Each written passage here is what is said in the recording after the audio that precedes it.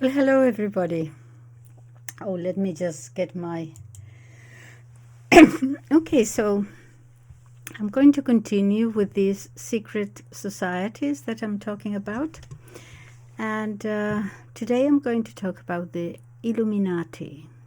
This is not in chronological order because the Illuminati come after the Freemasons. The Freemasons were instituted in London, England, in a pub, actually. In the official date is 1717, but I think we can actually trace them back to the 16th century. The Illuminati are very much a secret society of the late 18th century, the 1770s. Yep. Okay, so what is the difference and why are they important? The Illuminati are a secret society that officially, well, they were never official because they were secret. But it only really lasted 9 years. And nevertheless, the aura of this society keeps hanging on to the present date.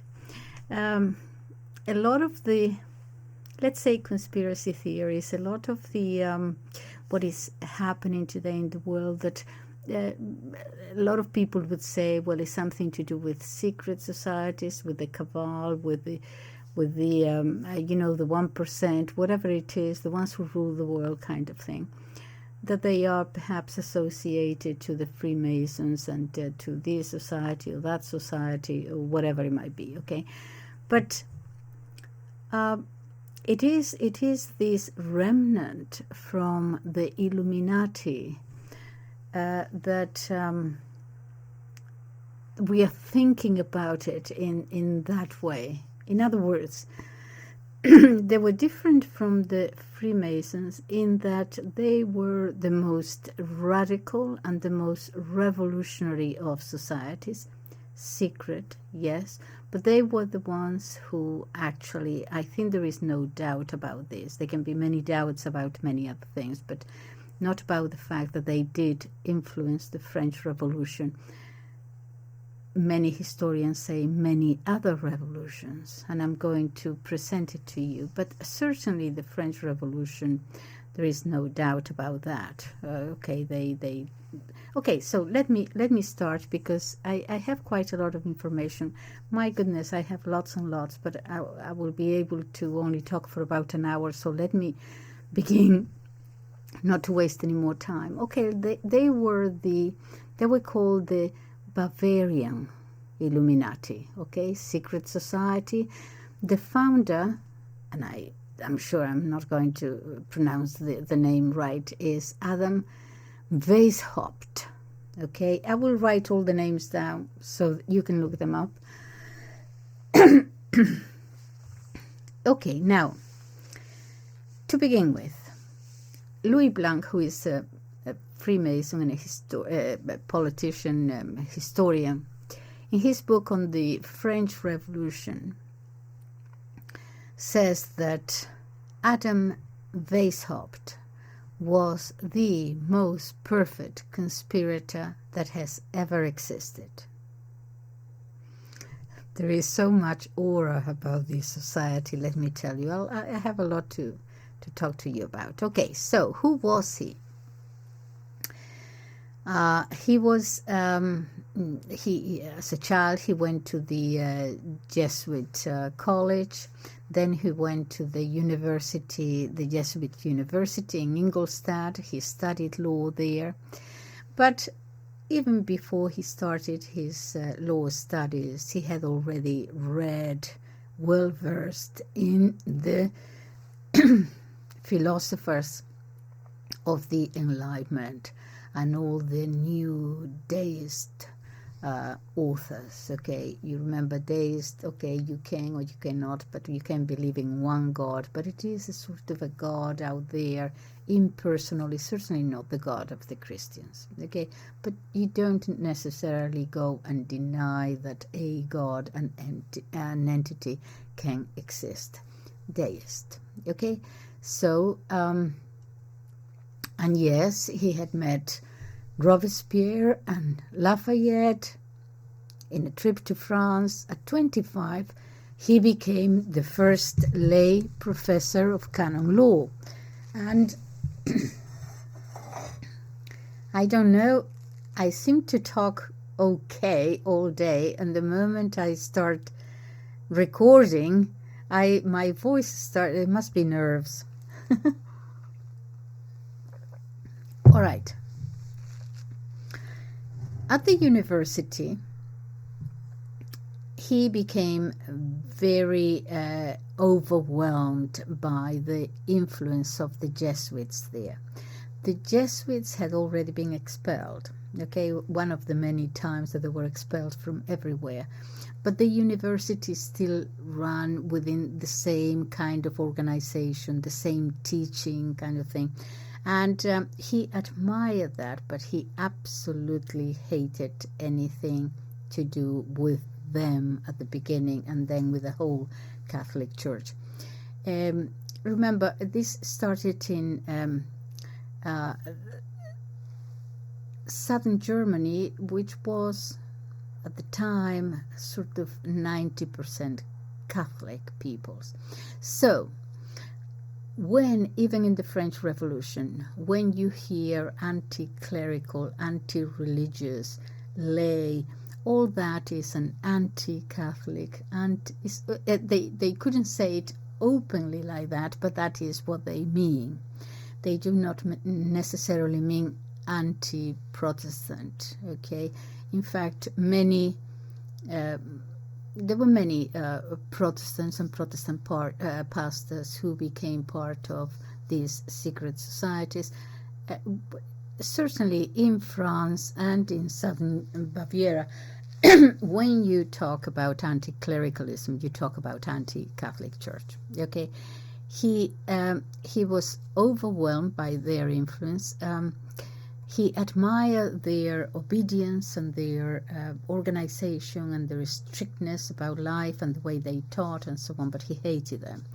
Anyway, because of that, he would start at the age of 25, very young, a series of lectures on the Enlightenment, on deism, and recruited a few students, 4 at the beginning, and they called themselves, to create a society, and they called themselves the, wait for it, perfectibilists. The perfectibilists. Okay, he would change the name to the Order of the Illuminati later, not surprisingly. Okay, so this, he founded this in 1776. It wasn't going to last for very long, 9 years, when all secret societies were banned and prohibited. But the question remained, okay, the order was banned, but how about the Illuminati themselves? Did they continue on? I'm going to, a little bit later on, tell you about the statutes that they had. Okay. So there's a lot of speculation about this, what they did afterwards. What we are going to cover here is, first of all, since they were actively involved in bringing about the French Revolution, did they actually, the Illuminati, did they actually survive the terror? Because we know that Robespierre and all of them, later on they themselves went to the guillotine. So did they actually manage to escape free? Okay. Another question. So how long, if they did not go to the guillotine, then they survived, and what did they do afterwards? Did they create more revolutions? Because it was a very radical, revolutionary, destroy everything and create anew. Okay, when they talked about the Ancien Regime, they didn't mean it just the monarchy that preceded the French Republic. That was not what they meant. They meant the whole traditional structure of Christian Europe. The whole thing, anything to do with a traditional way of life, that had to be gotten rid of. They were that radical. Okay, so what happened to them, and if they survived, how did they continue, and where else did they create revolutions if they did? So what did they do afterwards? Second, what happened then with their pretensions to dominate the world? Because that was written down, that they would change the world. And how did that continue to operate? I'm going to talk a little bit about that. Belligerence against anything to do with, first of all, the Jesuits, then the Catholic Church, and then all religion. Okay? Eliminate all religion from Europe was one of their tenets. Okay, so mysterious secret sect, okay, Adam Weishaupt, 1748 to 1830, okay, founded it on the 1st of May in Bavaria, today part of Germany. The society's stated goals were to oppose superstition, obscurantism, religious influence over public life, and abuses of state power. That sounds good. Quote, "The order of the day," they wrote in their general statutes, "is to put an end to the machinations of the purveyors of injustice and to control them, not necessarily dominate them. To control them, not necessarily displaying ourselves there." Okay? It attracted many, many important people. It attracted literary men like Goethe, philosophers like von Herder, and the reigning Duke of Gotha and Weimar. Okay, so the Illuminati, the term Illuminati then, has been used when referring nowadays to various organizations which are alleged, are or are not, to be a continuation of this original Bavarian Illuminati. If the theory sustains that they are still operating, then that has to be substantiated. Okay, but these organizations have been accused of conspiring to control world affairs by masterminding events and planting agents in governments and corporations in order to gain political power, to influence and to establish a new world order. This is not a new word, a new phrase. My goodness, President Wilson in the 1920s used it. Yeah, so new world order. Central to some of the more widely known and elaborate theories. Okay, the Illuminati are depicted as lurking in the shadows and pulling the strings and levers of power. Sometimes people do not know of the Illuminati and they just throw everything to the Freemasons. That's not necessarily the case. They're very different. In fact, the Illuminati, as I'll tell you in a moment, tried to actually infiltrated many of the Freemasons' lodges and so on. So, okay, little by little. So, sort of lurking in the shadows, yeah, and pulling the strings. So, This view of the Illuminati has found its way now into popular culture, appearing in dozens of novels and films and television shows and comics and video games and music videos. Comes to mind that book, is it Dan Brown, 2004, Angels and Demons. Okay, these conspiracy theories, which are fiction, but have created almost a subgenre in literary fiction things. Okay, that's one side. The other side is that today we are wondering, what is happening? Could this be true? Okay, that is why it is important to look at the history. I personally think, I have come to believe that Karl Marx himself was a member of the Illuminati.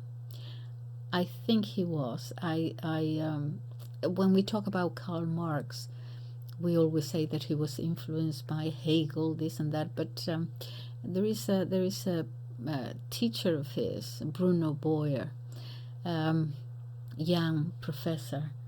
My goodness, there was something very dark going on there.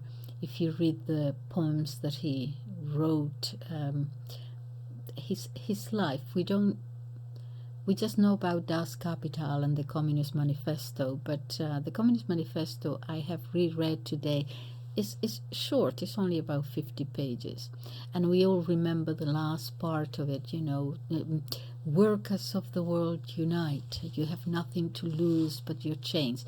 Terrific slogans, but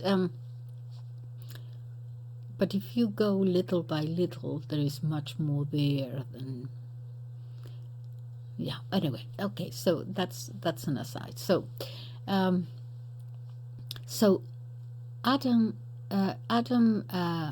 Weishaupt, I don't know how to pronounce it properly. Okay, so he became a professor of canon law and practical philosophy at the University of Ingolstadt, that Jesuit university, in 1773, and he was the only non-clerical professor at that institution. He became extremely anti-Jesuit and extremely anti-Catholic, and he was resolved to spread the ideals of the Enlightenment through some sort of secret society of like-minded individuals. Okay, he didn't particularly like the Freemasons, or he did in some sort of way. They had everything already sorted out, organized. He found them expensive, and in any case, he had different ideas, not open to their ideas. So he just wanted to found his own society, but he was going to borrow, to imitate the system of ranks or grades based on those of Freemasonry, but with his own agenda.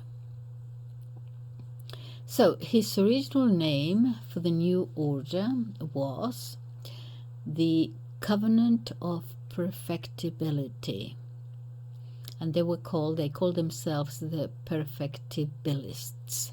The Perfectibilists. He later changed it, as I said, because it sounded a little bit too strange. Okay. At first he had 4 students, and their symbol, their emblem, was the owl of Minerva, with Minerva Athena, with a book. Yeah. All right. Wisdom, knowledge. Okay. The members at first were to use aliases within the society to communicate. So, for example, Adam, I'm just going to call him Adam Weishaupt, he was Spartacus, all right? Other law students were Ajax and Agathon and Tiberius and Erasmus. But in 1778, the order officially became the Order of the Illuminati. Okay, he had originally thought of calling it the B order. B, not in the letter like the letter B, but B, the little animal. the B order. I don't know why, but there you go. Okay, he settled for the Illuminati. Fine. As in all secret societies, the structure is either a pyramid or concentric circles. Okay, as an initiate, you would receive more and more information about the purpose of the goals and objectives of the set. As you advanced, as you proved your fidelity to the sect, and so you ascend in the hierarchy and obviously in the grades, ranks. So you get more and more information, or rather you are brought in more and more into that secret knowledge, and in this case objectives, if you are a revolutionary secret society. Okay, as you advance, you know more and more. But it is important to know that only the very top, the leaders at the very top, those are the ones that know the secret, know the objectives. So only those at the very top. You may never get there yourself. Only they know the whole plan. All right. The Illuminati at first had a little bit of a problem recruiting. Weishaupt thought that it was going to be a problem to recruit just from the university students. They were too young, no experience, too young. That was a problem. But he wanted the society to grow and to become influential, and as influential as the Masons, if he could. So when finally he got, he had 21 recruits. They had a few problems, as in all, little groups of people. There was some embezzlements of monies, and anyway, differences of opinion. But anyway, what he thought was that the best idea, therefore, to recruit would be to infiltrate the Freemason lodges. In other words, putting his recruits into these Masonic lodges so that they would gain more and more power and influence with them. Actually, he succeeded in taking many of them over. Okay, so infiltrate those that are already there from the Freemasonry Society, and recruit from there, eventually get to be the warden, or the whatever the leader, okay, and eventually take it over. Okay, so just to gain more influence and more power.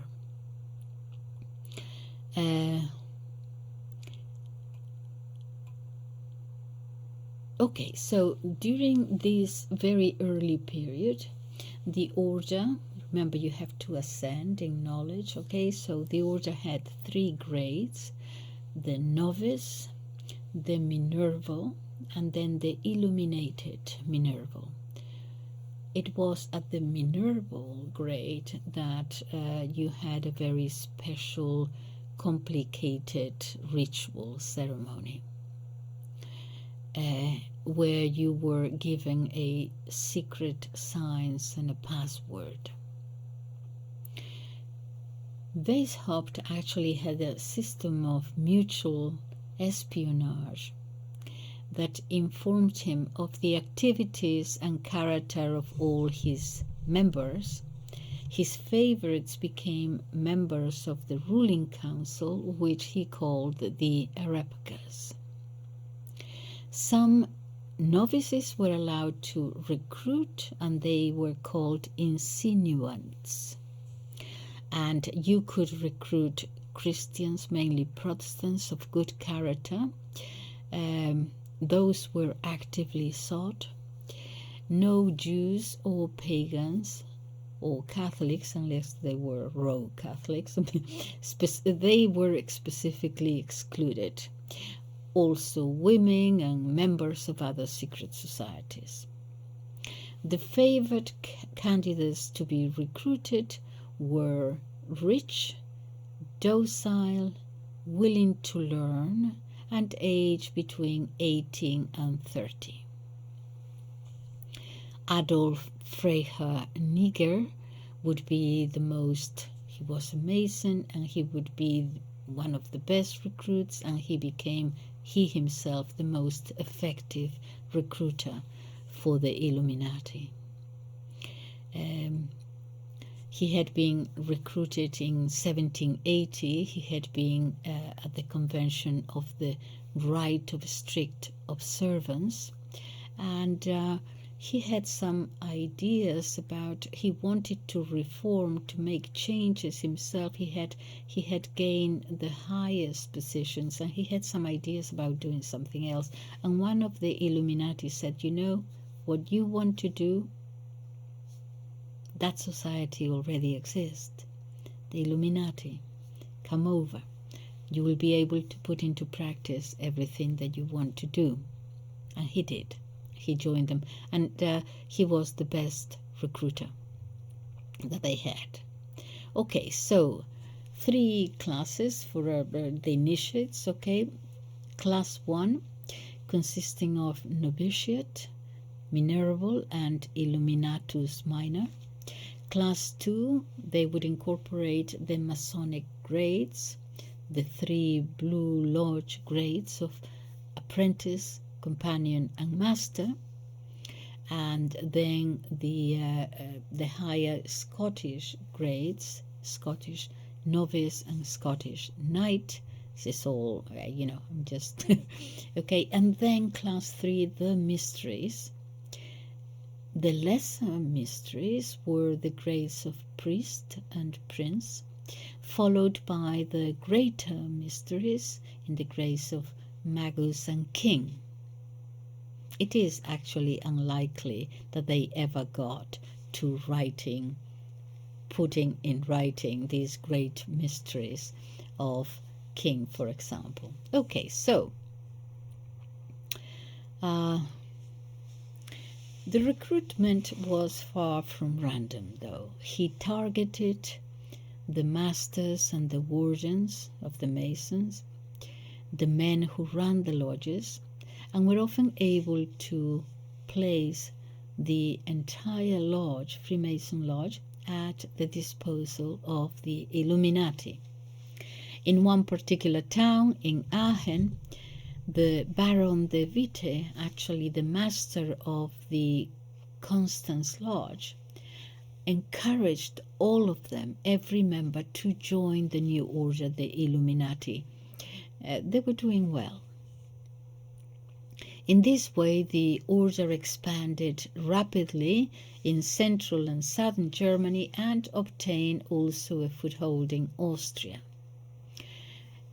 Moving into the spring of 1782, the handful of students that had started the order had swelled to about 300 members already, and only of those 300, only 20 were students. The total number of verifiable members at the end of 1784 is around 659, although Weishaupt later claimed a figure of 2,500. But that was because he was counting the Masons that he had control over. So never mind. The figure is around, let's say, around 1,300.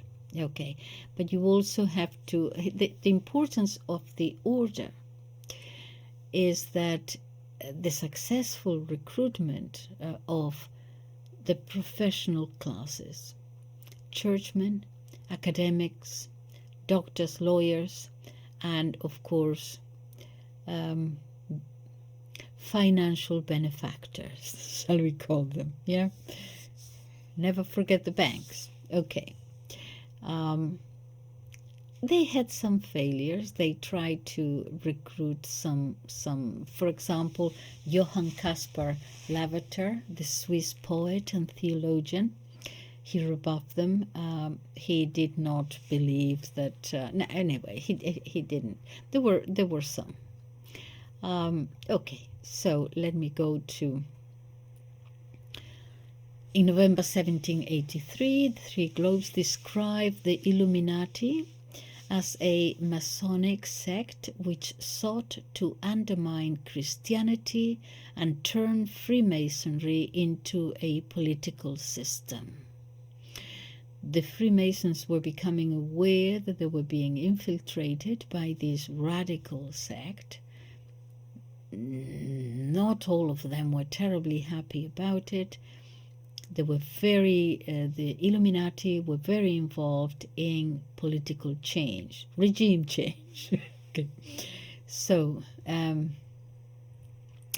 after one Congress and another Congress, anyway, they refused to recognize any Illuminati as Freemasons, because the Illuminati was saying, look, we are different, but we can work within your society. No, the Freemasons finally rejected them. No, you're not Freemason, you are something else.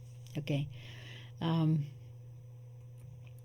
In Austria, they were beginning to people were beginning to have problems, because a lot of anti-religious pamphlets and writings and propaganda, anti-religious meaning anti-Catholic, were appearing all over the place. Beginning to rumors of what is going on. Okay.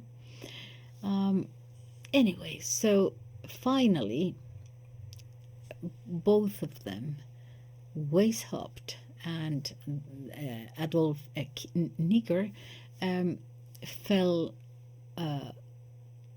out, and they both of them would leave the society. Okay. The final decline of the Illuminati was brought about because of many indiscretions from these Minervals in Bavaria, and especially in Munich. In spite of the efforts by their superiors to curb loose talk about politics, they were not very well trained. They would boast politically, boast of power, and boast of openly criticizing the monarchy, and boasting openly of these things. This has to change, and that had to change. It's like university students. So this caused the secret order's existence to become sort of common knowledge, and even some of the members' names were known to belong to secret societies trying to create problems. The presence of the Illuminati in positions of power was becoming known. This one is a secret, this part of that secret society, and that one, and that judge, and so on. So people were becoming aware that they were already taking over positions of power. And that led to some disquiet, as you can understand. There were Illuminati in many civic and state governing bodies, the judiciary. In spite of their small number, there were claims. People seemed to get the idea, where did they get it from, that somehow in a legal dispute, if you were a member of this society, you were okay. Whether you won or lost would depend on the litigants standing with the order. that's obviously out in the in the open, that these society exists and that they are infiltrating all positions of power.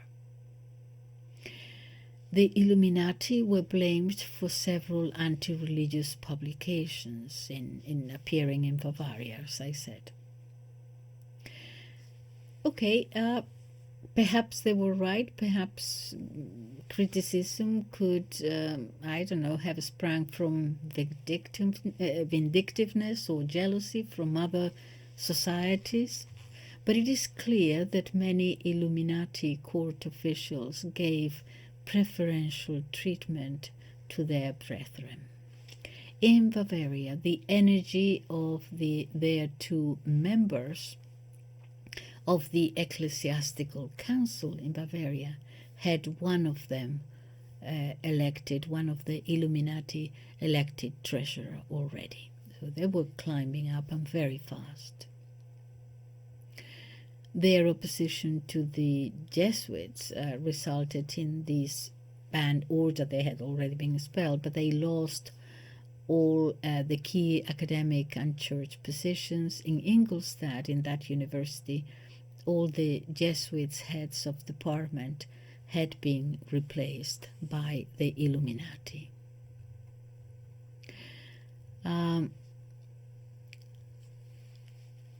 Very alarmed, Charles Theodore and his government banned all secret societies, including the Illuminati, obviously.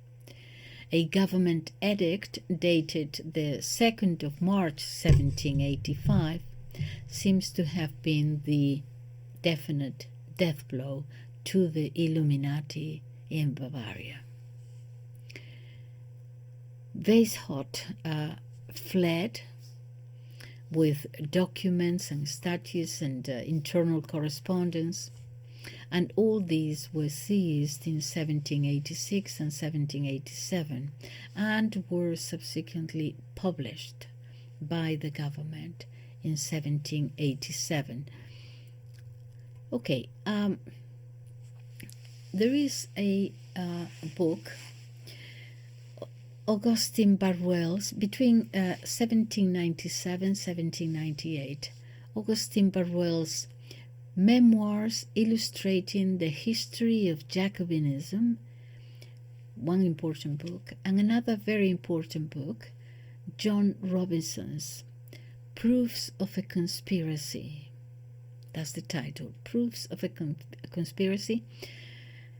These two books publicized the theory that the Illuminati had survived and were represented now in ongoing international conspiracies. This is what these two books maintained. Not only had they survived, but they were very much involved, and not only in France, and not only in Bavaria, and not only in anywhere else. Their goals were international organizations, and they claimed that there was an international conspiracy. They said that they had, and for this they provided evidence that they were surely behind the French Revolution. Both books proved to be very, very popular, sparing reprints and paraphrased by others. A prime example of this is Proofs of the Real Existence and Dangerous Tendency of Illuminism by the Reverend Seth Payson, published in 1862.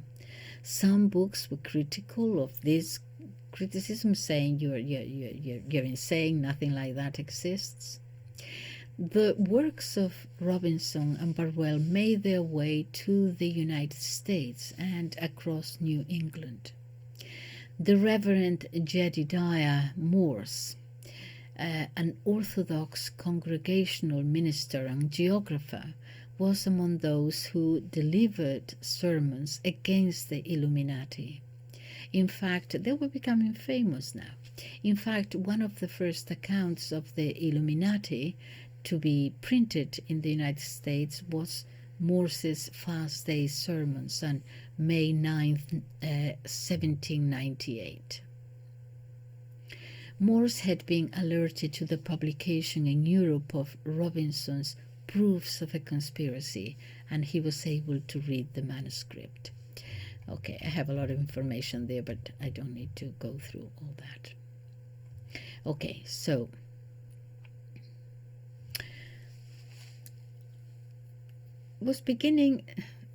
people are beginning to get worried in the United States. The first president, George Washington, was a Freemason. Yes, you can see it in his portrait with all the Freemason regalia and so on. But he was extremely worried because of the Illuminati infiltrating Freemasons, and they were so revolutionary, trying to bring down governments here and there and everywhere. He was actually really worried about this. Now, Freemasonry, the eye of providence, yes, as seen on the United States $1 bill, has been perceived by some to be evidence of a conspiracy linking the founding fathers of the United States to the Illuminati. Not necessarily, as I said, George Washington really worried about it. The original Illuminati did not survive suppression in Bavaria. They had to leave, but they started, so legend has, mischief and plottings everywhere else. Okay, so in any case, they are the ones that, if you want a conspiracy theory, and people say the Masons, as I said, not necessarily, I mean, it's the Illuminati, except that everyone just calls these conspiracies by one name. Okay.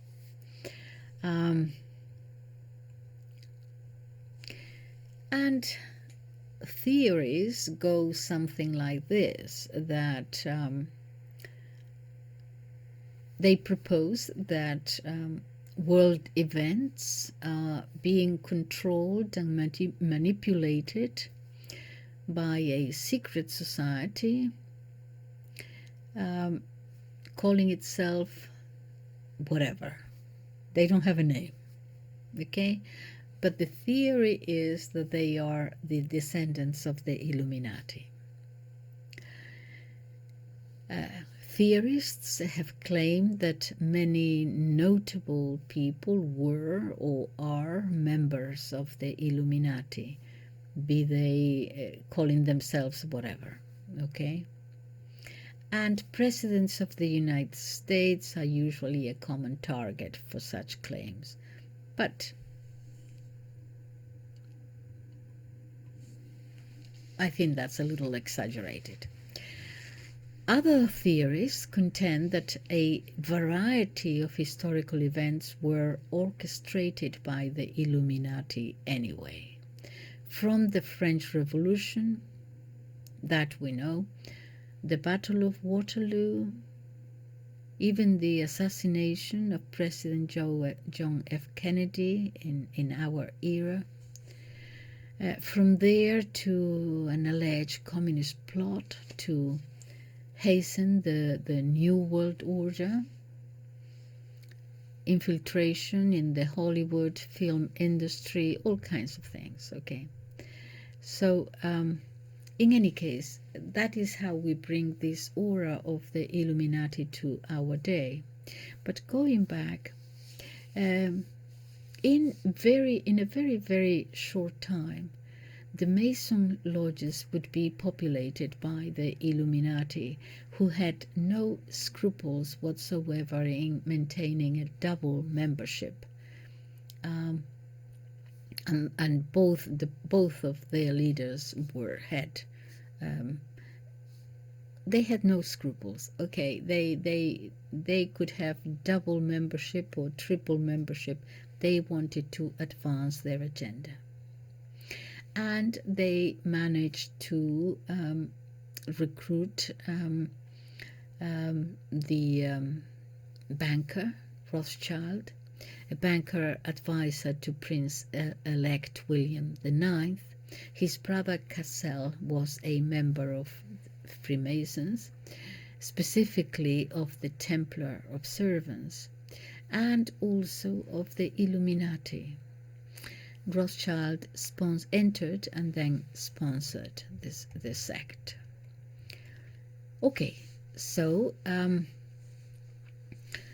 just to recap, in the right, 13 ranks, 13, not 33, 13 successive ones. The small mysteries, self-control.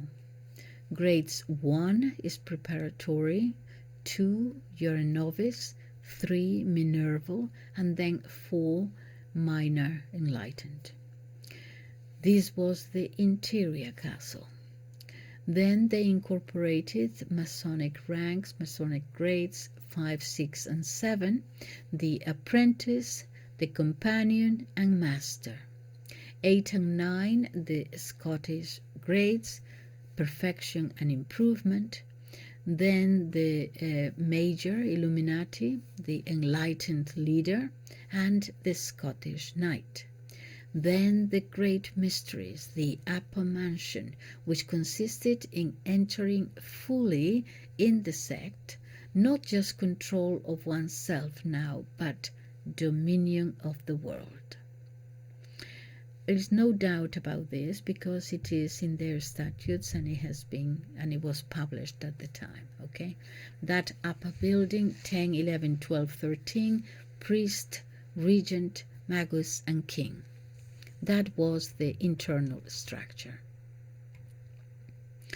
Okay, so by 1880 they had 2,000 members.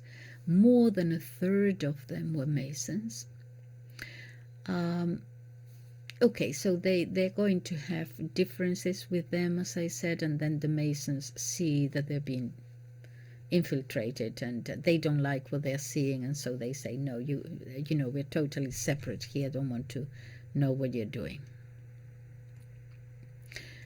Okay, let me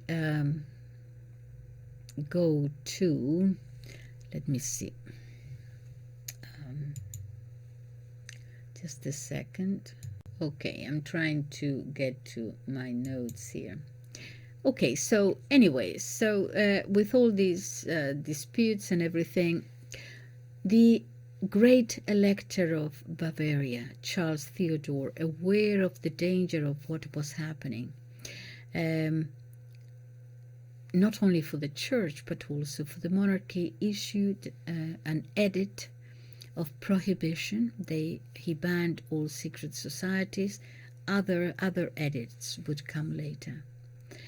But what happened was that on the 10th of July, an envoy from Weishaupt, who was actually a Protestant pastor, was struck by lightning, and in his clothes were found, he was taking some documents and some letters, and in his clothes were found documents, hidden secret plans on how to destroy. They use the word abolish completely the current order of how the world is organized. Now this sounds like, you know, a little bit too much, but they searched his house and then the others and found other letters and other documents, and these papers were published at the time, the original writings of the Illuminati, and helped for people to understand the real hidden intention of the sect. The fact is that the Illuminati actually never issued a denial to that, okay? as to their veracity at all. From that moment on, the organization was persecuted, accused of treacherous betrayal of European monarchies in the plural. Weishaupt fled first to Ratisbon and then to Gotha, where he died in 1830.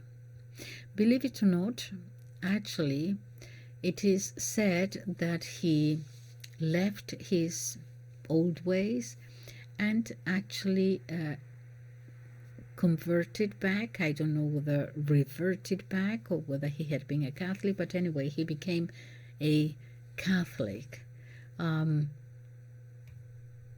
We don't know whether that is true or not, but we do know, well, actually, he settled in Gotha, married, had a very large family.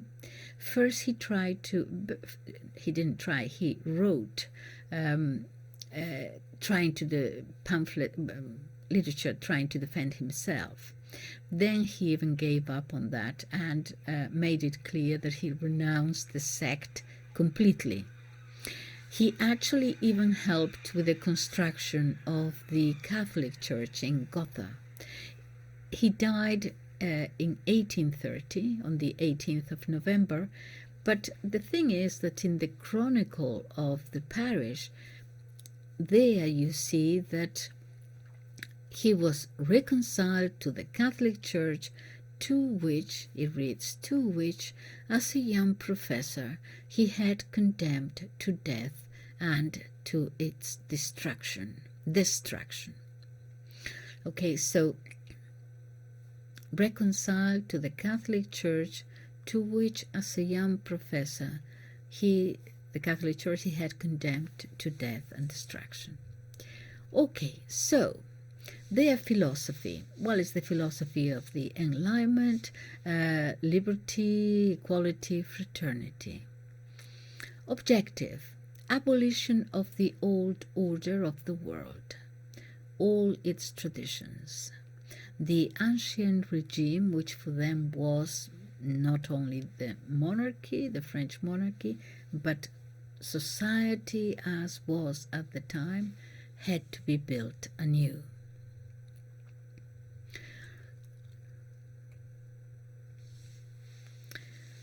The old world, the Catholic Church, the monarchies, they wanted to banish completely. A change in which the Illuminati would be the guides and the leaders afterwards that would lead humanity towards a new era of peace and prosperity.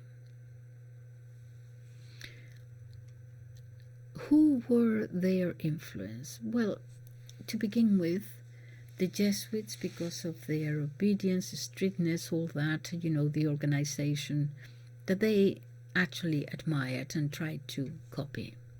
One of them. The other one was an all secret sect, the Rosicrucifixions. I forgot the name now. Crucifism, yeah. Although there were very clear differences, the Rosicrucians were much more mystical, much more from the old traditions of the Gnostics, from Egypt and all that. But nevertheless, I say that they were a little bit of an influence because the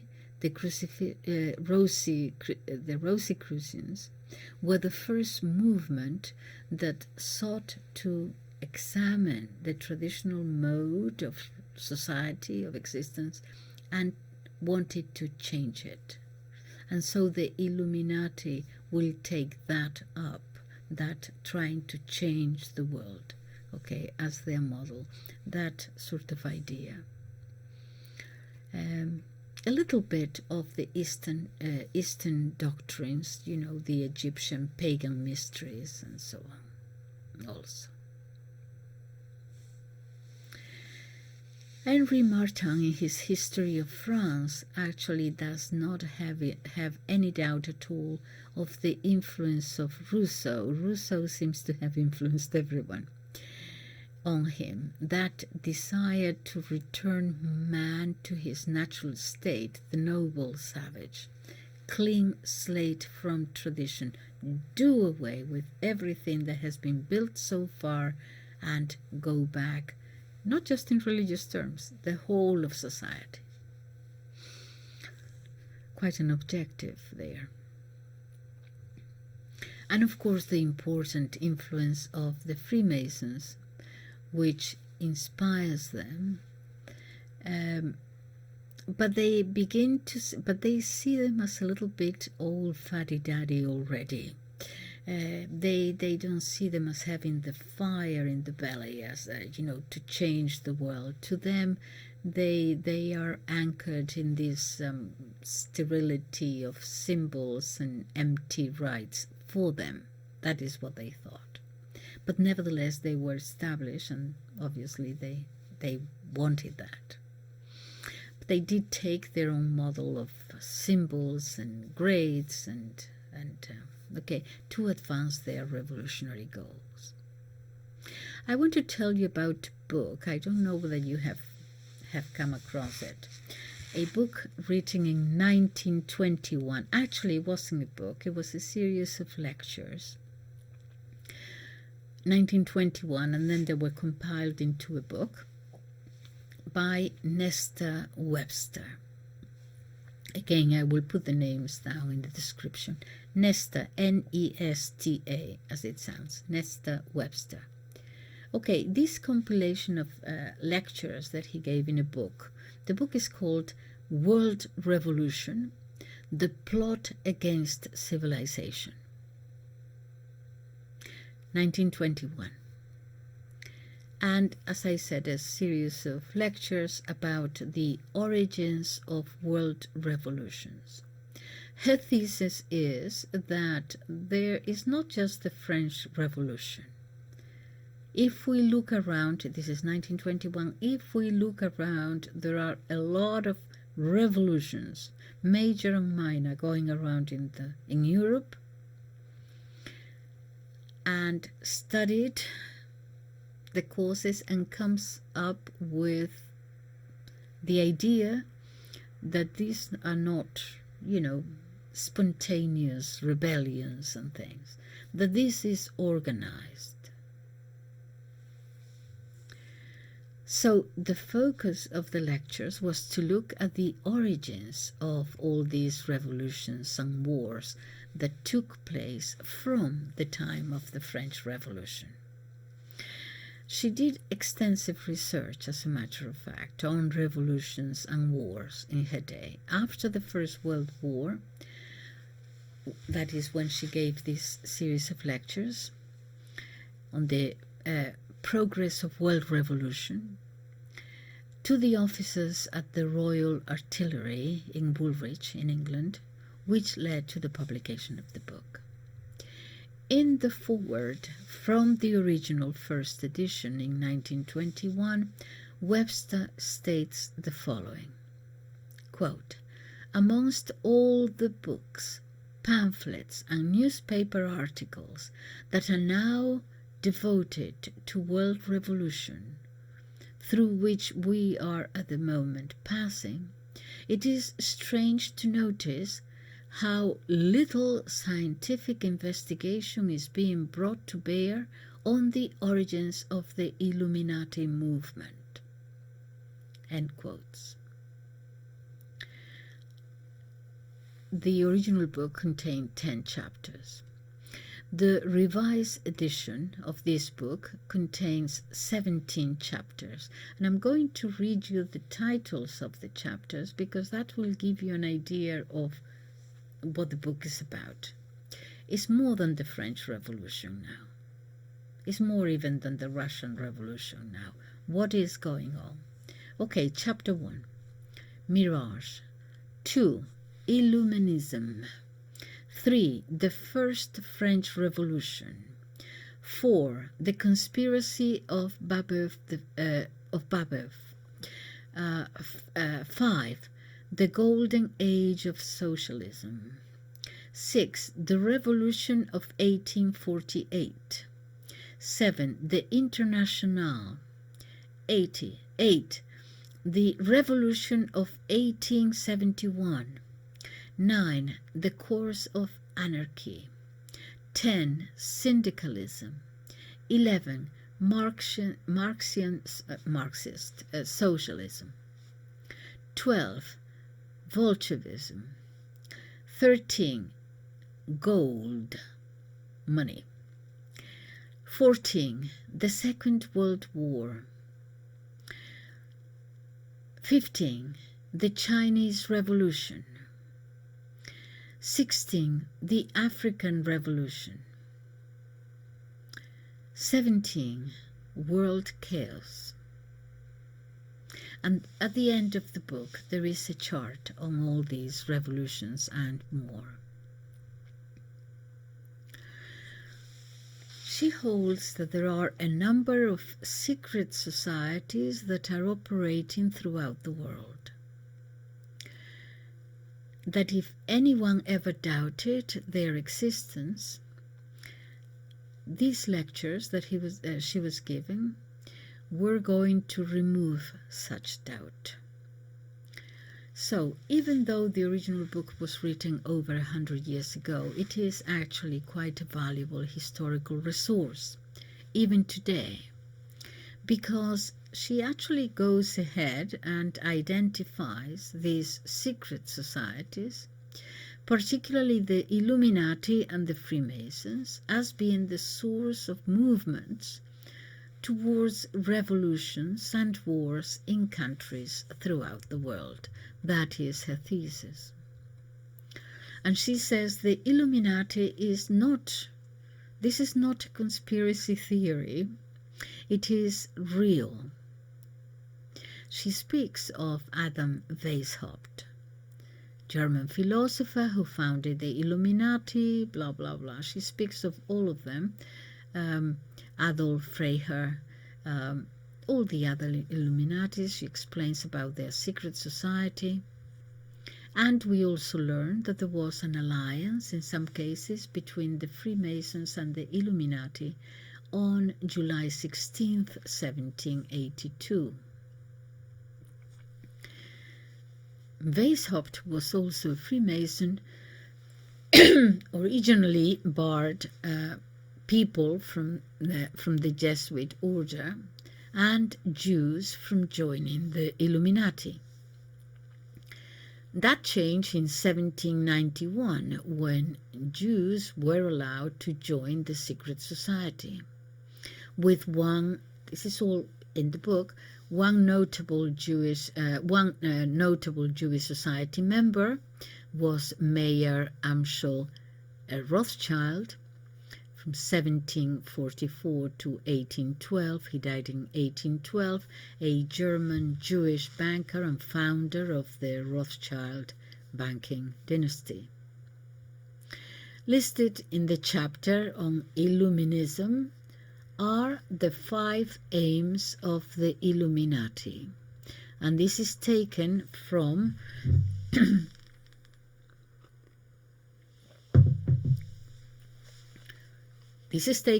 those documents that they found. All right. The 5 aims of the Illuminati. 1. Abolition of monarchy and all ordered governments. All governments organized according to traditional regimes. 2. Abolition of private property and inheritance, suppression of inheritance rights. 3. Abolition of patriotism and replacement by a world government. In other words, abolition of sovereignty, independent states, yes, and replacement by a world government, a global government. 4. Abolition of the family, of merit and of all morality, and the institution of communal education of children. State education of children, yeah? Communal education of children. Number 5, abolition of all religions. That was what was written there. Now, the author does not intend to put the book, all the events in a chronological order in the book. Webster's focus is more about the ideologies of the Illuminati, Freemasons, and also the Marxists, and the dangers that they pose against established morals in our culture based on Christian values. We have available for us documented history of how these secret societies, as well as Marxists, which are not necessarily secret, have destroyed civilizations in countries like France, Germany, the Soviet Union, China, just to name a few. This is in the second edition. The abolition of religion has had some devastating effects. She states clearly how Weishaupt and Marx were against God and Christianity in a very active way. The results show that atheism is responsible for the death of millions of human beings by their own government. Further proof that a godless society doesn't benefit the state of mankind. For those who have come to the realization that the New World Order is a reality, then World Revolution, that book, The Plot Against Civilization, I think is an essential read. It provides all the, historical perspective of the Illuminati and the ideologies that led to the causes of world revolutions. As good as the original edition was, there is plenty of interesting information in the revised version too. So if you enjoy and appreciate world history, you will not be disappointed in this book. Okay, let me see. Let me see. Have you heard of Albert Mackey? Okay, I'm going to tell you who he is. This is regarding another book. Albert Gallatin Mackey, 1807 to 1881, was an American medical doctor and author, and he is best known for his books and articles about Freemasonry. He was born very quickly in Charleston, South Carolina, the son of John Mackey, a physician, journalist, and educator. Actually, his father published The American Teacher's Assistant and Self-Instructor's Guide, containing all the rules of arithmetic properly explained, etc. That's Charleston, 1826. Which was actually the most comprehensive work on arithmetic that had been published in the United States until that time. His son was Edmund William McGregor Mackey, who became a member of the U.S. House of Representatives from South Carolina. I'm giving you a little bit of the history of this man because he is going to endorse a book that is going to become extremely important. All right, so After completing his early education, Albert Mackey taught school for some time to earn money for medical school. He graduated from the medical department of the College of South Carolina in 1832. He settled in Charleston, South Carolina. In 1838, he was appointed demonstrator of anatomy in that institution. In 1844, he abandoned the practice of medicine. For the rest of his life, he wrote on a variety of subjects, but specialized in the study of several languages, also the Middle Ages, and on Freemasonry. He learned Greek and Latin and Hebrew and continental languages almost unaided, and lectured frequently on the intellectual and moral development of the Middle Ages. Subsequently, he would turn his attention exclusively to the investigation of abstruse symbolism and to Kabbalistic and Talmudic research. He was a Freemason. Mackey was the master of Solomon's Lodge, number 1, in 1843.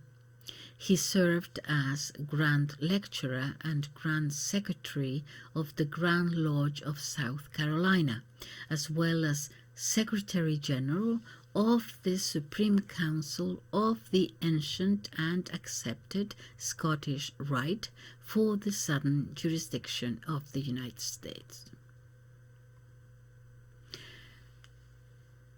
Mackey was a Union sympathizer during the Civil War, and in July 1865, President Andrew Jackson appointed him Collector of the Port of Charleston.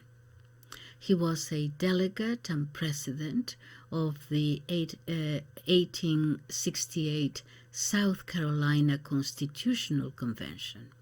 He ran for the United States Senate in South Carolina in 1868, but was narrowly defeated by Republican Frederick A. Sawyer. He moved to Washington, D.C. in 1870. He died in Fortress Monroe, Virginia in 1881. As a Freemason, he was a Grand Master, grade 33, and I gave you all this biographical information because he was a member of the community. Okay, he was not insane or anything like that, but he pointed out that the Illuminati were radical in politics, infidels in religion. He didn't doubt it at all and did not hesitate, he said, to recommend one book by John Robinson, best-selling book at the time, a book that was providing proof of a conspiracy, an ongoing conspiracy, from 1797, in which the true revolutionary intention was pointed out to subvert the existing social order of the world, or of the West at least, by this group of Illuminati. So in he's actually recommending that readers read this book by John Robinson, and he obviously agrees with it, that there is an ongoing conspiracy by the Illuminati, so they hadn't died. They are sort of here. Well, let's see what is this book, this John Robinson book. Let me introduce John Robinson, because he was a bestseller. At the beginning of 1797, John Robinson was a man with a solid and long-established reputation in the British scientific establishment. He had been professor of natural philosophy at Edinburgh University for over 20 years. He was an authority on mathematics and optics. He had recently been appointed senior scientific contributor on the 3rd edition of the Encyclopedia Britannica, to which he would contribute over 1,000 pages of articles. Yet by the end of this year, his professional reputation had been totally eclipsed by this sensational book that he wrote, that vastly outsold anything he had previously written, and whose shockwaves would continue to reverberate long after his scientific work had been forgotten. The title of this book was Proofs of a Conspiracy Against All the Religions and Governments of Europe. That was the title. And it launched on the English-speaking world public the enduring theory that a vast conspiracy masterminded by a covert, he called it Masonic cell, known as the Illuminati. The Illuminati were not a Masonic cell, okay? They had been, they have told to kind of live, yeah? But anyway, this is what he said. Known as the Illuminati, and which was in the process of subverting all the cherished institutions of the civilized world into instruments of its secret and godless plan, the tyranny of the masses under the invisible control of unknown superiors, and a new era of darkness over all. There would be tyranny over the masses by this invisible control of unknown superiors, and a new era of darkness over all. Now, the first edition of Proofs of a Conspiracy sold out within days, and within a year it had been republished many times, not only in Edinburgh but in London, Dublin and New York. And this is the book that Mackey in the United States recommended. Robinson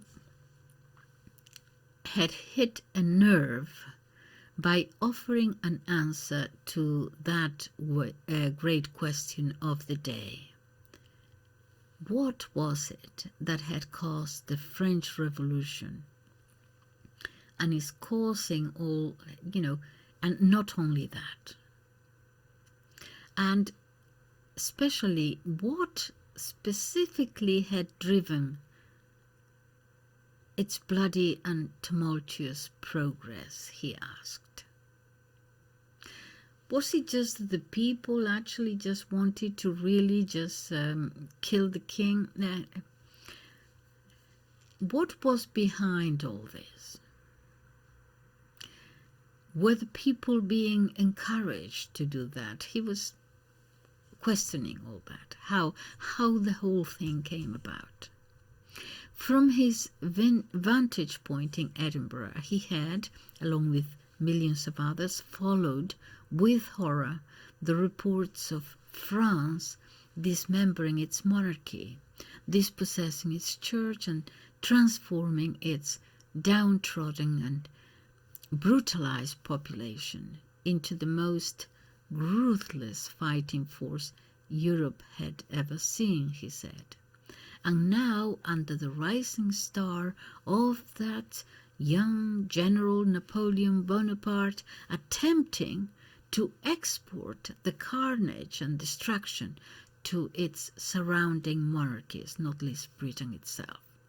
But Robinson believed that he alone had identified the hidden hand responsible for the apparently senseless eruption of terror and war that now appeared to be consuming the world. Many, he argued, had located the roots of the revolution in the ideas of the Enlightenment figures such as Voltaire and Diderot and Condorcet, who had exalted, as they put it, "Oh, we are for reason and progress, not for authority and tradition." Okay. But none of these mostly aristocratic men, mostly aristocratic philosophies, had advocated really an actual revolution of the masses. And indeed several of them had ended their lives on the guillotine themselves. So in early 1790, in the 1790s, early on, it had been possible to believe that the power-hungry lawyers and journalists of the Jacobin Club had whipped up the Paris mob into their destructive frenzy for their own ends. But by 1794, Danton and Robespierre and the rest of the Jacobin leaders had followed their victims to the guillotine themselves. So how could they have been the puppet masters when they had had their own strings so brutally cut, he asked. What Robinson was proposing in the meticulously documented pages of proofs of a conspiracy was that all these agents of revolution had been pawns in a much bigger game, with ambitions that were only just beginning to make themselves visible at the time. The French Revolution, like all convulsive world events before and since, had been full of conspiracies, bred by the speed of events, the panic of those caught up in them, and the limited information available to them as they unfolded. In Britain, enemies of the revolution, such as Edmund Burke, had claimed from the beginning, well, not quite from the beginning, at first, for a few weeks there he was okay, but he saw it immediately, that already confederacies and correspondences of the most extraordinary nature are forming in several countries, he said. And by 1797, most believed, and perhaps with good reason or not, that secret societies in Ireland were also plotting with Napoleon to overthrow the British government and invade the mainland. Don't know about that. But the power of Robinson's revelation was that it identified within that buzzing confusion of conspiracies a single protagonist, a single ideology, and a single overarching plot that crystallized the chaos. And he put it in terms of an epic struggle between good and evil, whose outcome would define the future of the world and of world politics.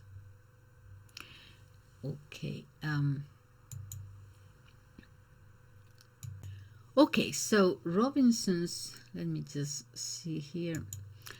Robinson's book had a profound impact, an enduring impact in the United States of America. Here, the polarized forces of revolution and reaction that had swept Europe were playing out in a form that threatened to split the founding fathers and destroy the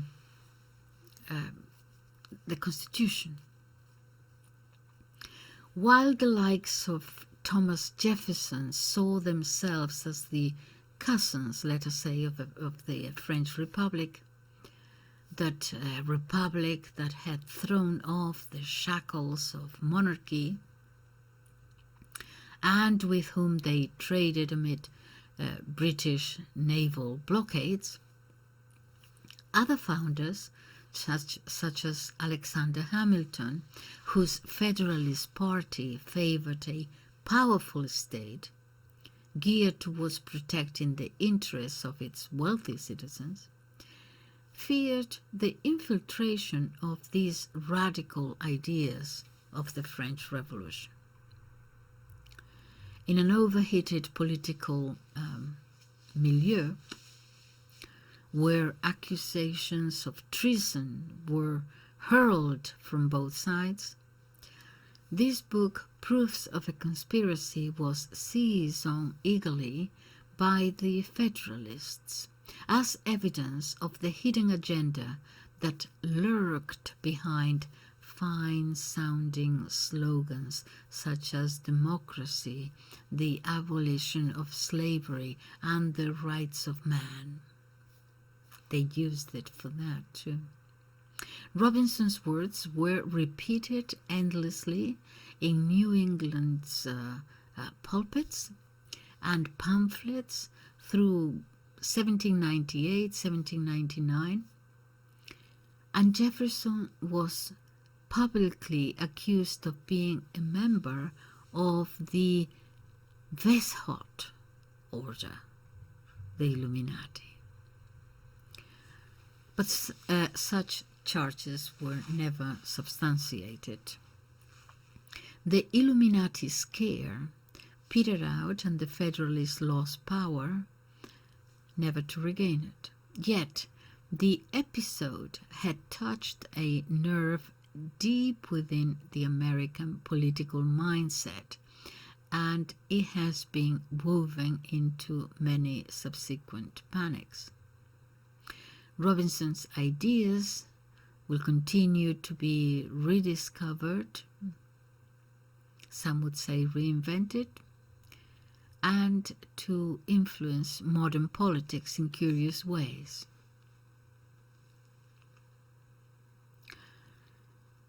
Winston Churchill actually said the conspiracy against civilization dates from the days of Weishaupt, Adam Weishaupt. That is what he wrote, Churchill wrote, for the Sunday Herald in 1920.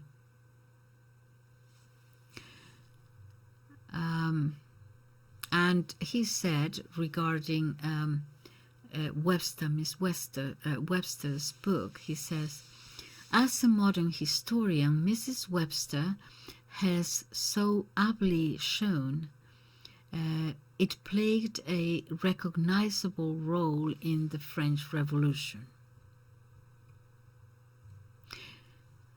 Many on the isolationist right continue to believe Robinson's theory to this day. Okay, let me move on from here.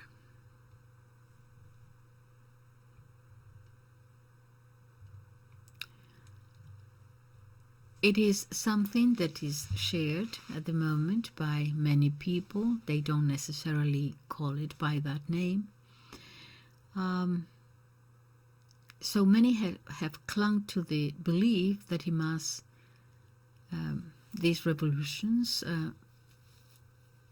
if not orchestrated by a group, there is a certain society that is in power, blah, blah, blah. You all know that, okay? Okay. The methods that they use for their goals. let's go back to the society. According to Weishaupt, the means to achieve true freedom are education and self-control, which the order tried to transmit to its members. Self-control allow them to shake off, as they said, external powers such as despotism, the despotism of those absolutist princes, and above all the spiritual despotism of the Catholic Church. They suffered, the Bavarian literati, from a historical vision that we could call, derived from Joachim the Fiore and his heresy. And Rousseau, also believing that there had been a childhood of humanity where we were all innocent, everything has been corrupted, and therefore now we have to do away with this world that we have created and go back to the noble savage, or at least to a society where they, the ones who know, will guide us and lead us. Joachim the Fiore is from the 12th century, and he had this. He wasn't excommunicated, he was not considered a heretic, but the books that he wrote and how they were later interpreted were considered heresies. It is believed that a lot of Dante in the Divine Comedy actually was very much influenced by the ideas of the books of Joachim of Fiore. Just to tell you very simply, there are 3 ages: the age of God the Father, the age of God the Son, and the age of the Holy Spirit. And now we are in the age of the Holy Spirit, and he explained. And anyway, it was just taken out of all proportion, and his writings were considered heretical. You will not be surprised that presently on June 27th, 2024, Pope Francis, in his message for the World Day of Creation, the things he gets to, described Joachim of Fiore, saying that Joachim was able to propose the ideal of a new spirit of coexistence among people, and thus marking a turning point in history, because this had not happened in more than 8 centuries, that something that was considered heretical was now considered a-okay. All right.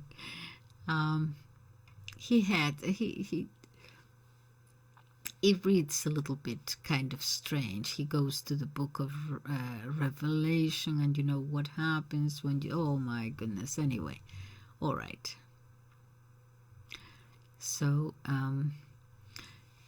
in these 3 ages, the mystical basis of his teaching is his doctrine of the eternal gospel, founded on an interpretation of Revelation 14:6. Then I saw another angel flying in mid-heaven with an eternal gospel to proclaim to those who live on the earth, to every nation and tribe and language and people. And from there, he got, anyway, his theories were basically millenarian. He believed that history, by analogy with the Trinity, was divided into three fundamental epochs: the age of the Father, corresponding to the Old Testament; the age of the Son, between the advent of Christ and the year 1260, okay, and the age of the Holy Spirit, impending a contemplative utopia. Okay, never mind, it's just that all his millenarist ideas and these changes of the world and so on, there is a little bit of that in trying to change the world in the literati, in Illuminati, sorry, literati. Okay. Of course, they were, one of the first ones to go against them was St. Thomas Aquinas, and okay. Let me see what else I have here. Another one that had been very popular was The City of the Sun by Campanella, Tommaso Campanella. It is also an important early utopian work. It was written in Italian in 1602, and again heresy after heresy. But anyway, the book is presented as a dialogue between a Grand Master of the Knights Hospitalier and a person from Genoa, a sea captain. It's inspired by Plato's Republic, and the description of Atlantis in Timaeus. It describes a theocratic society where gods, women, and children are held in common. It's another source of change in the world. The nobles just do away with everything we have done so far, and these ideas of Campanella were there in mid-air too. So this The City of the Sun is this book, okay, and this city was protected and defended by 7 circles of walls constructed of palaces that serve as dwellings for the citizens. The city is located in a place with an ideal climate conducive to physical health, and on the slope of the hillside, because of the air, there is it's there on the slope because of the air there is lighter and purer. One of the most significant aspects of this community of the City of the Sun is the distribution of work. Once again, Campanella engages in an explicit polemic with Aristotle, never mind, who had excluded artisans and peasants. But anyway, in the City of the Sun, no occupation is vile or base, and all are of equal dignity. In fact, those workers who are required to expend greater effort, such as artisans and builders, receive more praise. Think of the proletariat, yeah? They receive more praise. Everyone must be acquainted with all lines of work, and then each person practices the one for which he shows the greatest aptitude. They have no servants, and no service is regarded as unworthy. The only thing that they consider to be despicable is idleness, and in this way they come to privilege the dignity of work and to overturn an absurd conception of nobility linked to inactivity and vice. Okay, he's clever. Yeah, he's judging his own society. Yeah, okay. Now, thanks to the equal division of labor, it is sufficient for each person to spend only 4 hours a day working. But it is essential that they all work, because all of them, no nobles, no, they all work, because the idleness of one would have repercussions on the profit and the effort of the others. The citizens possess nothing, and they're happy. Okay, the citizens possess nothing. Instead, everything is held in common, from food to houses, from the acquisition of knowledge to the exercise of activities, from honors to amusements, from women to children. There are officials in charge of this distribution of each thing, who keep an eye out and make sure that this happens justly. But no one can appropriate anything for himself. According to them, possession of a house or a family reinforces self-love, with all the dire consequences this generates. My goodness, he's mixing here so many things. They live like philosophers in common, because they are aware of the negative impact, not only on the social but also on the moral level, of an unequal distribution of goods.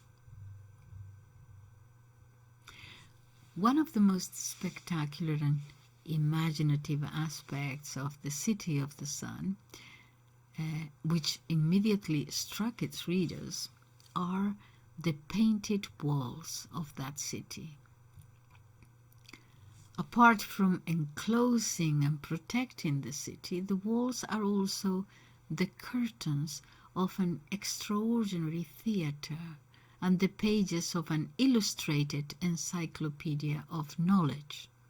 The walls of the palaces are painted with images of all the arts and sciences, starting with the wall that holds up the columns of the temple and gradually descending in large circles.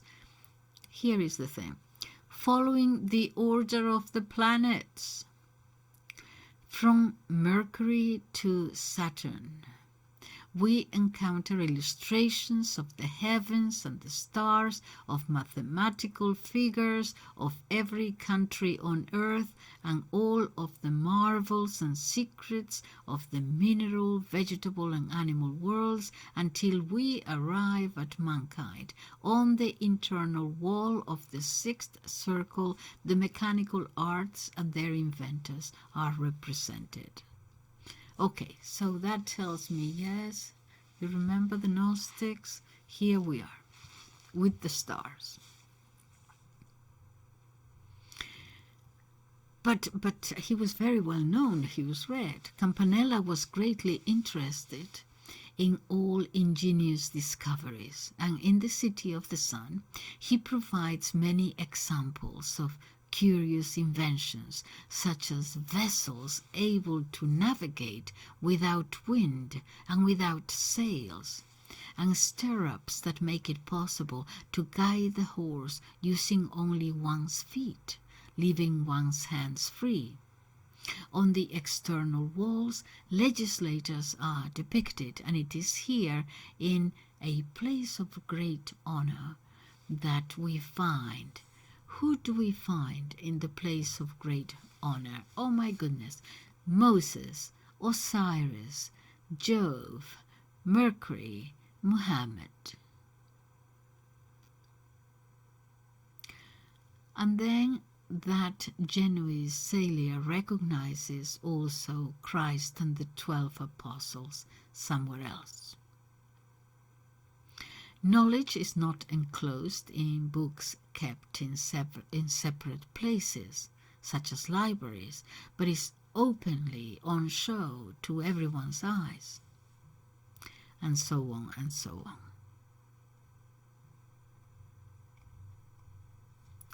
in addition to community of goods and the painted walls, there is another characteristic feature of the City of the Sun, one that is more difficult and disconcerting, and that Campanella himself describes as hard and arduous.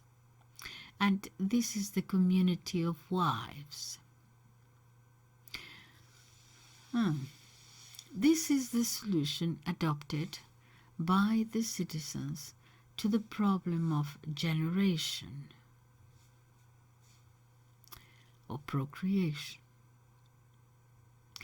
Echoing the teaching of the Pythagorean Lucanus, Campanella says that they are amazed that humans are preoccupied by the breeding of horses and dogs while neglecting their own.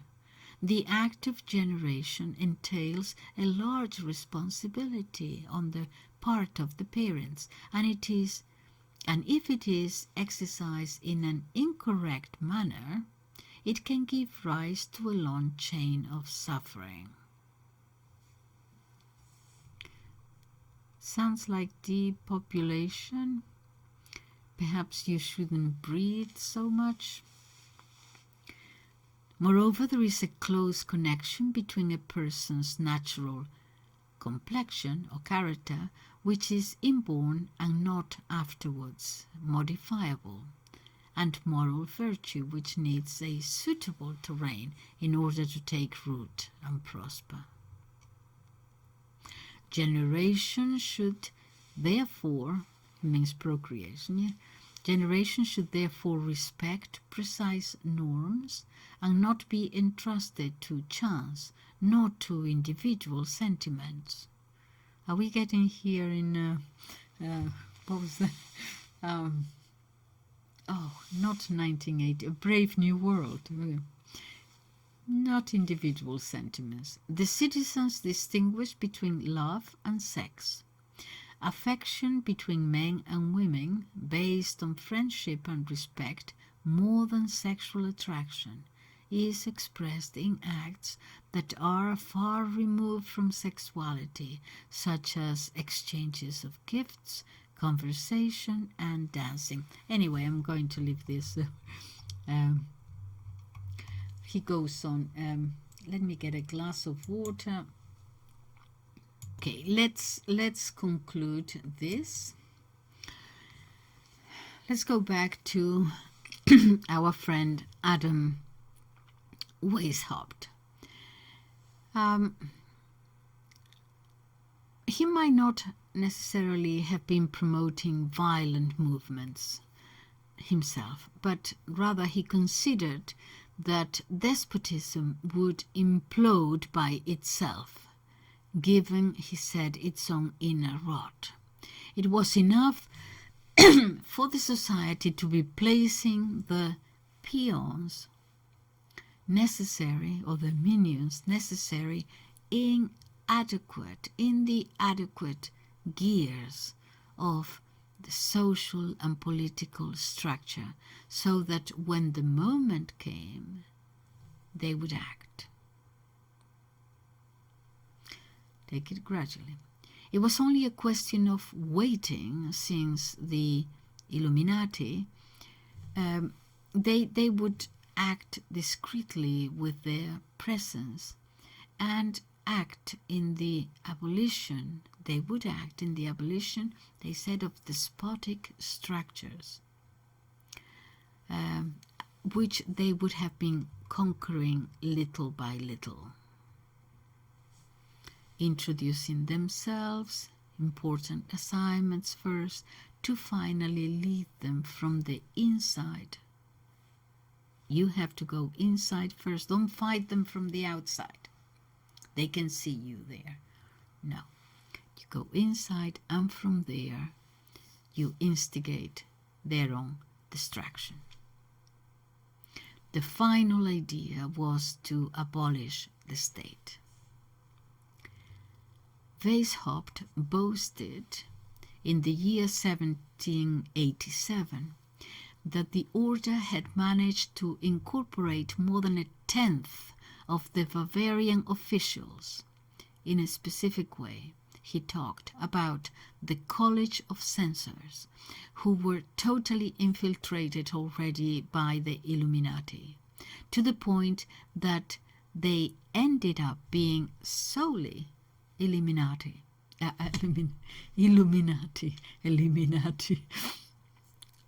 The whole body was already members of the order. The consequences were immediate, prohibiting the Jesuits from publishing or traditional Catholic authors, and instead promoting and giving room to literature close to the Enlightenment and enlightened philosophy. Members were the object of a strict training program that the order imposed on its members. Each Illuminatus received from his superiors a literal monthly quota where deistic works and philosophical works occupied the principal place. Their revolutionary purpose was to promote a social reform that would lead to the abolition of the monarchy, private property, inheritance, destruction of the family, the Catholic Church, and abolition of the state. They did not want any old tradition there. The idea of a world government is not new, as we see. It has been present in secret societies from always. Many of the Freemasons have accepted it. The Rosicrucians were also the hotbed of those ideas. They were more mystic and so on, but changed the world completely. The Illuminati took it and developed it. And the globalist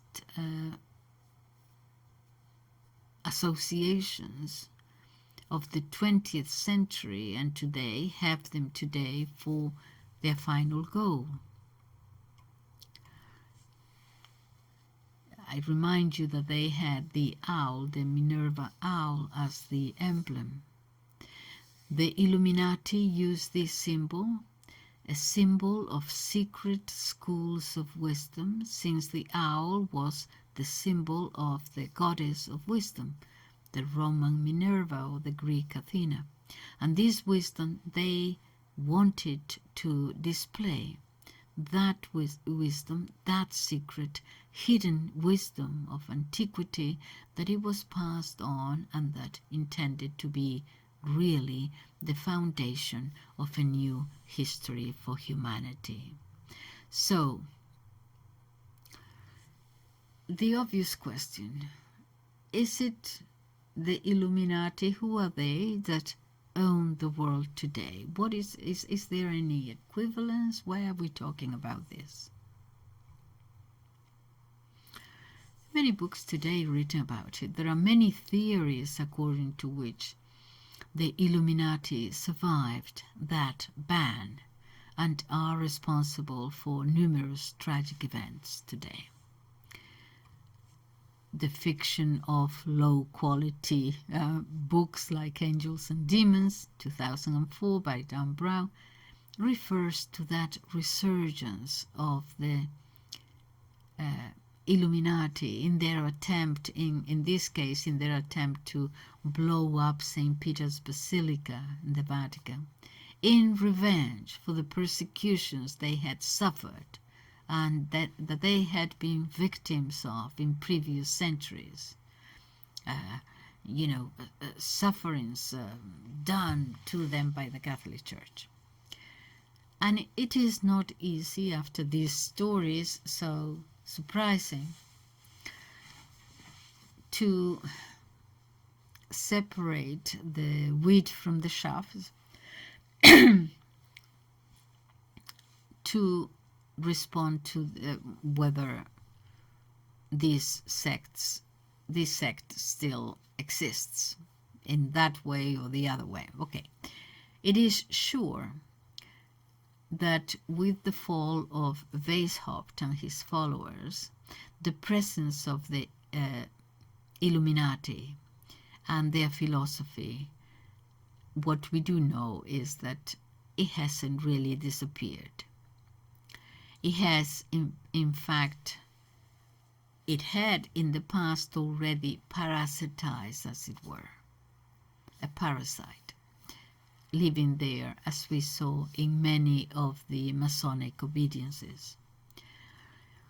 The condemnation by the Bavarian authorities was effective, but not beyond what were the borders of that state. The Illuminati order had disappeared, but the Illuminati had not. They continued to operate discreetly. You know that now they're called discreet societies, not secret societies. And they continue under different names, you know, Jacobin clubs, philosophical associations.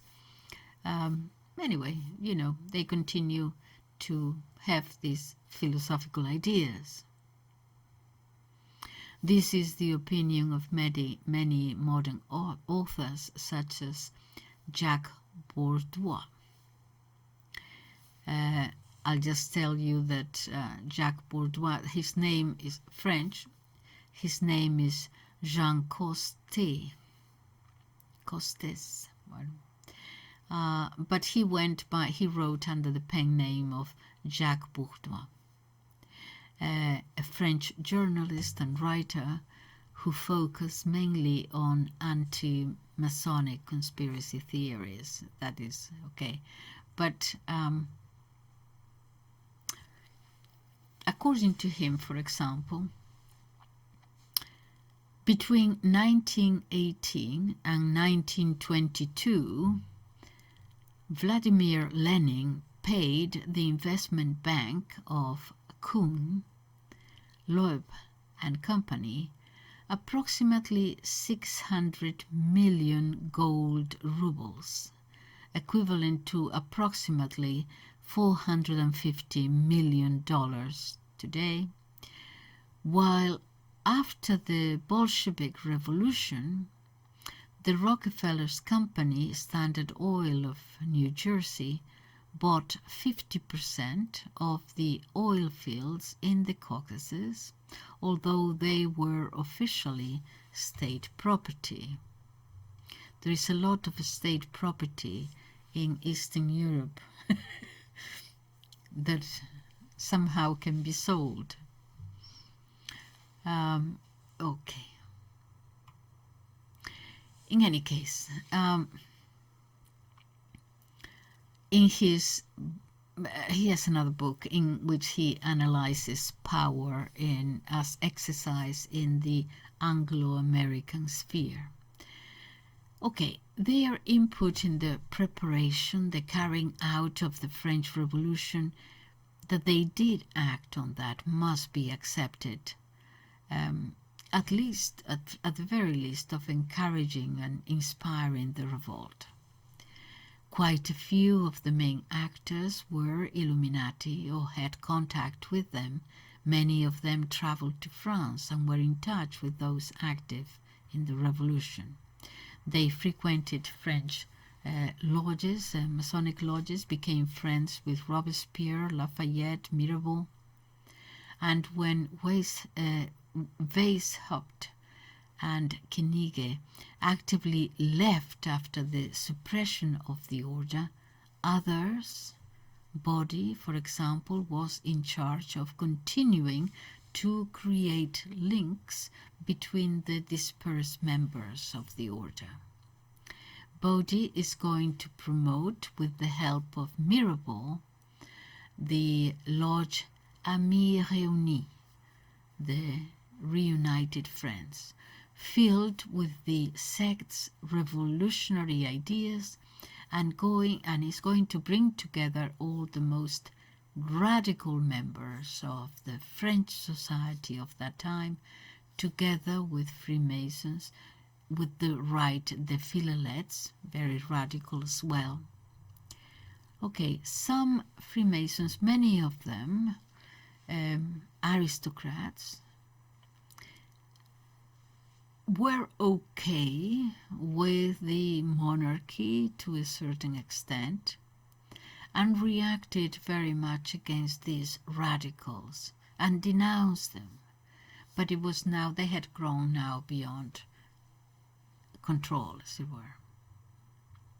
It is also true that the American War of Independence occurred chronologically before the Illuminati, before they could influence it directly.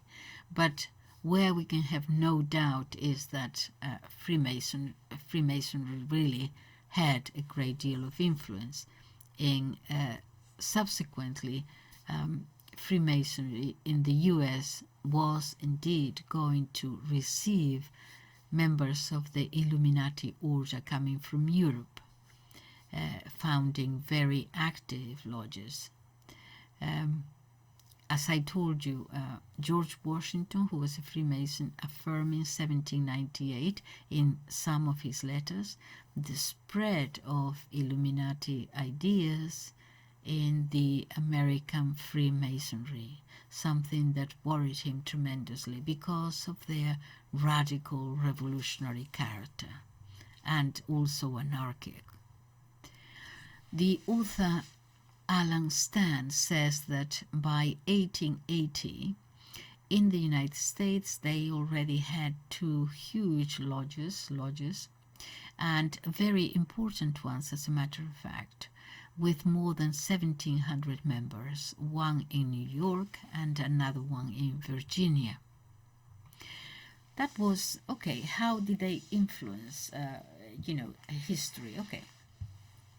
French Revolution for sure. Another influence, the Decembrists' revolt in Russia in 1825. As well, that plot, that intriguing plot, the selling of the Italian coal, uncovered and denounced by Pope Pius IX, Pio IX. All these have undoubtedly an Illuminati stamp. In 1847 in London, the Congress of the League of the Just, which inspired and financed later the publication of the Communist Manifesto of Karl Marx. Enrico Stone, a French author well versed on this, does not doubt that Marxist communism is a resurgence of some kind, a revival of the Illuminati doctrines, revolutionary 100%. But nevertheless, okay, it's very easy to say that everything is,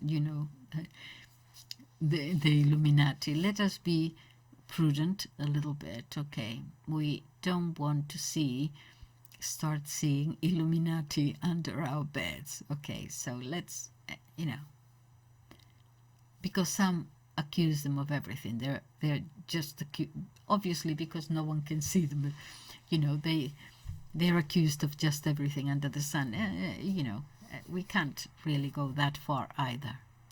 But in the 60s, Greg Hill, under a pseudonym, publishes a book, Principia Discordia, a book that preached what then came to be known as Discordianism, a kind of a satirical religion that worshipped Ares, the goddess of discord and chaos.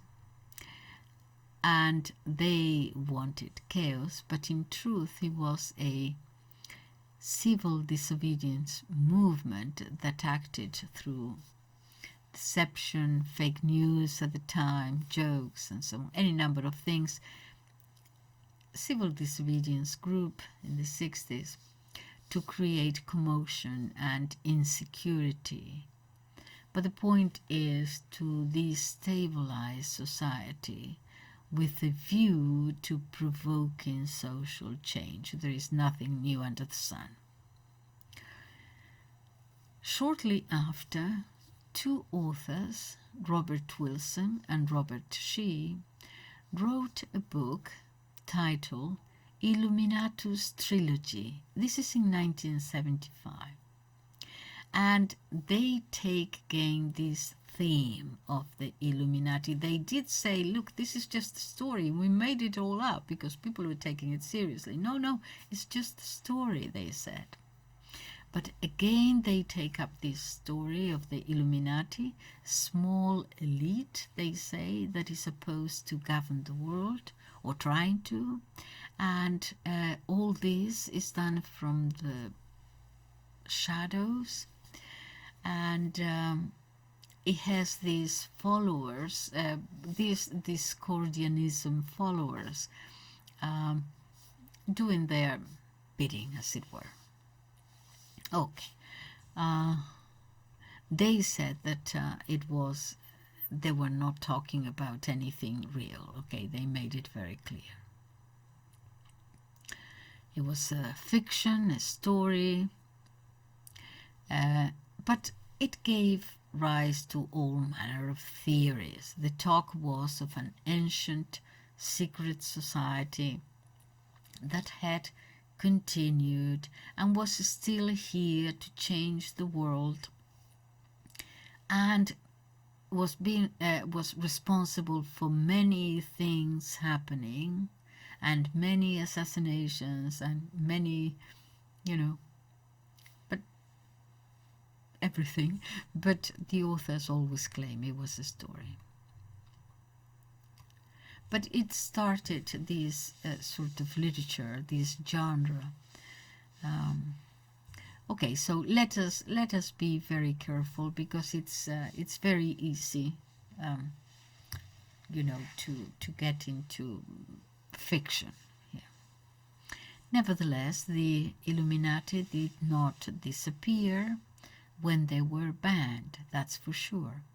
Their ideas, inherited by the French Revolution, were inherited by French Revolution. Many lodges of the Freemasons entered them in that, and through their influence, entered in that rationalist, radical, very anti-Catholic, due to this influence, and many felt inspired by that movement. Up to here, we can I think we can accept this. Today, the Illuminati or the Freemasons are not the same as those from the 19th century. In their claims, objectives, or how they act.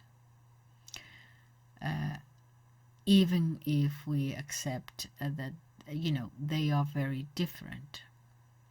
Why different? Well, because it is obvious that those objectives that the Illuminati of old have now been achieved by Freemasonry or whoever.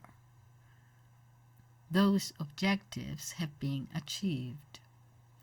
The paradigm is already now the model.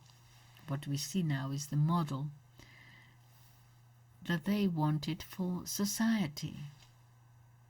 What they wanted has been achieved different ways, in different cases. Overthrowing of governments, okay. Get rid of the Catholic Church, okay. Destruction of the family, all that has been achieved. So what we have is that perhaps many lodges of the past are still there, yes, for sure, but as relics. They don't do very much anymore. They're like a romantic souvenir, almost childish, almost Disney-like of what the real Illuminati or Freemasons were in the past in Europe.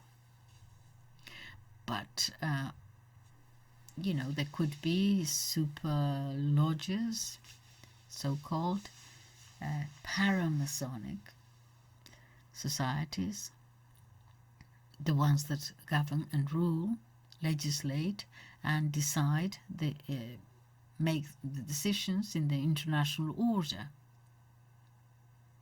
The structures and government bodies are theirs. The fight now is not to destroy this or that government organization, government structures. They have already been taken. You need to destroy them. It's done. The fight now is for our minds and our souls. I think that's the fight. There's a very interesting book about all this in the presenting called Masons by Joel McGaldy. He's a Freemason. Explains the current situation. The German historian Paul Kosch, in his book Illuminati, Secrets of the Most Feared Sect by the Catholic Church, that's a 2004 book, says, the Illuminati are a group of persons conspiring to dominate the world. From their founding at the end of the 18th century, they continued to plot in the shadows to achieve their goal of total destruction of the old world and construction of a new world order, built upon the ruins of Western culture, Christianity, and the traditional organization of society. In order to achieve this, its agents have infiltrated throughout time international institutions, governments, political parties, lodges, Masonic lodges, banks, corporations, the Catholic Church, working towards a global world government. The objective is clear. It is more present, more visible now than ever, more active than ever, more real than ever, more realized than ever. They might have disappeared from Europe at that time, but many went to the United States, and that is possible actually, and have given rise to lodges there. Could be. We saw that already at the time of the first president, George Washington, they were already there. Some say that the Rockefeller Lodge is an important one, and we could speculate that there are others and that they are active. So I leave you with that because I think I have said enough. The Illuminati, the most radical, the most revolutionary of all secret societies. Thank you so much, and bye-bye.